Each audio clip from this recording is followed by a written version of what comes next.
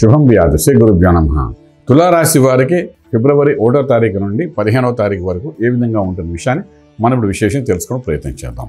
తులారాశికి చతుర్థంలో బుధుడు రవి యొక్క ప్రభావం కనిపిస్తోంది. పంచమంలో శనీశ్వరుడు, షష్ఠ స్థానంలో శుక్రుడు రాహు 2 గ్రహాలు ఉన్నాయి. అలాగే అష్టమంలో చూస్తే గురుడు, భాగ్యస్థానంలో కుజుడు, అదేవిధంగా వ్యయంలో కేతు యొక్క ప్రభావం కనిపిస్తోంది. ఏదైనప్పటికీ కూడా ఆర్థిక వ్యవహారానికి వచ్చినప్పుడు ఆల్మోస్ట్ ఆల్ తులారాశి వారికి కొంత న్యూట్రల్గానే ఉంటుంది. పెద్ద చెప్పుకోదగ్గ బెనిఫిట్స్ కనబడవు, అలాగే లాసెస్ జరగవు. సిస్టమేటిక్గా వెళ్తుంది. పెద్ద డెవలప్మెంట్ అంటూ ఏమీ ఉద్యోగరీత్యా ఉండే అవకాశం ఈ 15 రోజులు ఏం కనిపించట్లేదు. అలాగే వ్యాపార విషయంలో కూడా చూసుకున్నా కూడాను వ్యవహారం ఏదైతే నడుపుతుందో అదే కంటిన్యూస్గా నడుస్తుంది తప్ప ప్రత్యేకమైన హోదా కానీ ప్రత్యేకమైన వ్యవహారం కానీ జరిగే అవకాశం లేదు. కొత్త వ్యాపారాలు పెద్ద శ్రీకారం చుట్టవలసిన అవసరం లేదు. ఎంత లాభం జరుగుతుందో అదే లాభంలో కంటిన్యూ అవుతుంది. ఫ్లక్చుయేషన్ అనేది వ్యాపారంలో ఏం పెద్దగా చెప్పుకోదగా కనిపించట్లేదు. అలాగే ఇంపోర్ట్ ఎక్స్పోర్ట్ వ్యాపారాలు చేసే వాళ్ళకి ఒక బెనిఫిషియల్ అదిగా కనబడుతుంది. దానికి కారణం ఏంటంటే 6వ ఇంట్లో ఉన్న శుక్రుడు యొక్క ప్రభావం కొంత బెనిఫిట్స్ కనబడే అవకాశం ఉన్నాయి.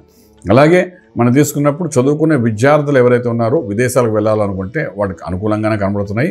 ఏమాత్రం భయపడకుండా ప్రయత్నం లోపం లేకుండా చేసుకోండి, సత్ఫలితాలు కనబడతాయి. అలాగే విదేశాలకు వెళ్ళి సెటిల్ అవ్వాలనుకునే వాళ్ళు కూడా కొంత అనుకూలమైన వాతావరణం అనేది కనిపిస్తుంది. ఒక ట్రేడింగ్ చేసేటప్పుడు లక్కీ నెంబర్ 9 పాజిటివ్గా మీకు పనిచేస్తుంది. అలాగే మనం తీసుకున్నప్పుడు ట్రేడింగ్ చేసిన ఐరన్ కోర్ మీద steel, cement, iron, oils, IOCL, BPL అలాంటి ఆయిల్స్, పవర్ ప్లాంట్స్ వాటి మీద ఇన్వెస్ట్మెంట్ ప్లాన్ చేసుకుంటూ వెళ్తే చాలా బాగుంటుంది. కొంత సక్సెస్ కనబడుతుంది.